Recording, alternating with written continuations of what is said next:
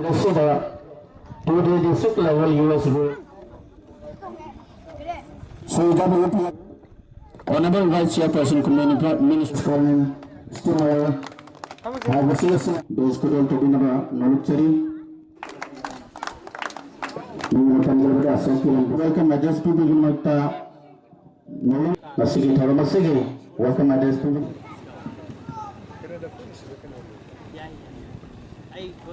This day is a very important day for our Kumbi especially, and to be noted in the history of Kumbi. It is the first time to come here with foreigner coach to teach our players who are intending to be polo player. Very, very happy and very thankful for the pleasure of kind visit, especially my dear Edward Armstrong, American polo coach, and Honorable MLA Kumbi NC.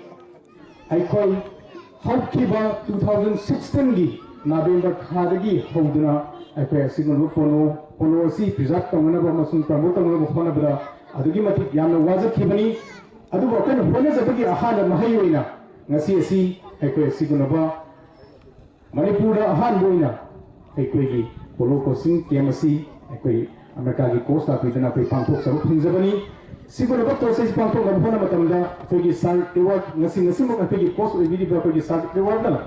I pay 2020 Nasi, what Harkanda, 10 times, like Kumbi, Libas de la Pidana, Kumbi Pulling, Sindiramba, getting down in Sindiramba, Loyana, Sabon, the Maranda, Pedatafi, and Liba Kayamasu like her, Adugimatun Tarakoda, Nasimasi, I call High Rokosin Kamasi, Kuntre, you can Amasu, Konika Center, and in a Pula Kusan Nazaduna, for the Tunga Horkadu River, I call this Hanursing Sibu, Tapi Taluki, Torampari, I call Nasi, a Pampo Sabani, I call Hayan Shoko Puma Pantavaki Huzudana, I call Pumari Pava, Sigan of Kosin Kamasi, Pampo Sagani, a Sigan of Pampo Sago Kosin Kamasida.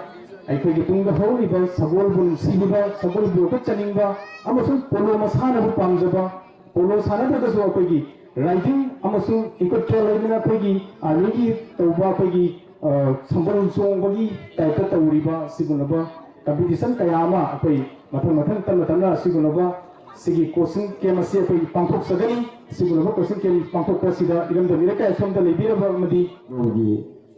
Sakam Galona and someone Galona would get a Galona. Yasi, Lassie, among the nations in the Basawan Galona.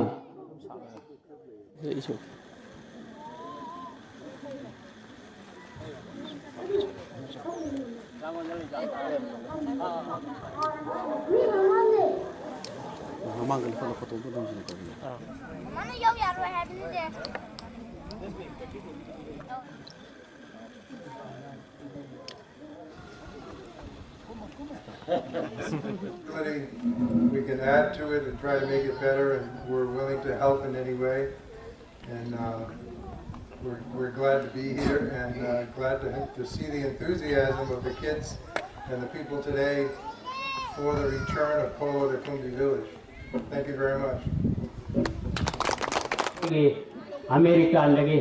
America course any Nasi Quagi Station, Lambda Masibu, Paganava, Hana, Sanavando, Hujimu revived Tonabagi the Makta, Single Hanabagi the Makta.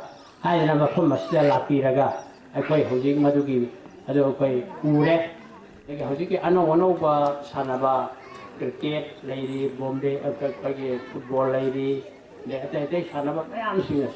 But it's quite a mistake with last Tigani, Hagagi, what Madu Kanja Badagi, the quite a mistake with Yaragadi mistake. Karigumanta, lady New York Porche, took shock for Handana. I quite Tamaga, Matamatam Vilapa, Sanavagi program singing stuff. Magi of pumping a stack when it's half a year, never get a I do Mongani, the CIA Quagi, America and again. America course any Nasi Quagi Station, Lambda Masibu, Paganava, Hana, Sanavando, Hujimu revived Tonabagi the Makta. Single Hanabagi the Makta. I never from a Stella Piraga. I quay Hujik Madugi, Adoquay Ure, माने तौगकने हाबसे अखोई सगी मी सिरा खगी थाजे दिरम दबे याय मरमदी मोगे knowledge अदुदा खगी करमाय दो America दे लागा खई दु सपोर्ट तो मत बिदोई लो गाय सिरो मुझे खई हाना खनबदा खरा के वाना थोको पोने हा अदु कई गिनो अखोई लम से खई चावना प्रजात तो होबा खई प्रजात तो होगा खई सादबगी दमक्तनी को हायना पोचे खई थानमदा दोइबा अदगी पाई पुना थरमबा यारे लेमजेनिगाई ओय हबा मसिगुम्बा से मसिददी राजनीति से अइना दुनियादा ने हाइबसे मसि तौबिदनबा आयु तौजरोय आई तौसु तौजदे आई कुंबीगी से आई वामुनी हाइदना तप मानना आई खल्लगा तौजबनी अब खुदिमक सई तौजबनी अदन मसिगुम्बा सुसे मसि आई कोई पुन्ना कोई मैम नत्रगदी कोई मसे सिगे कगे मुंग अदुगी प्रमा हाइबो सिगे प्रोग्राम नसे कोई मैम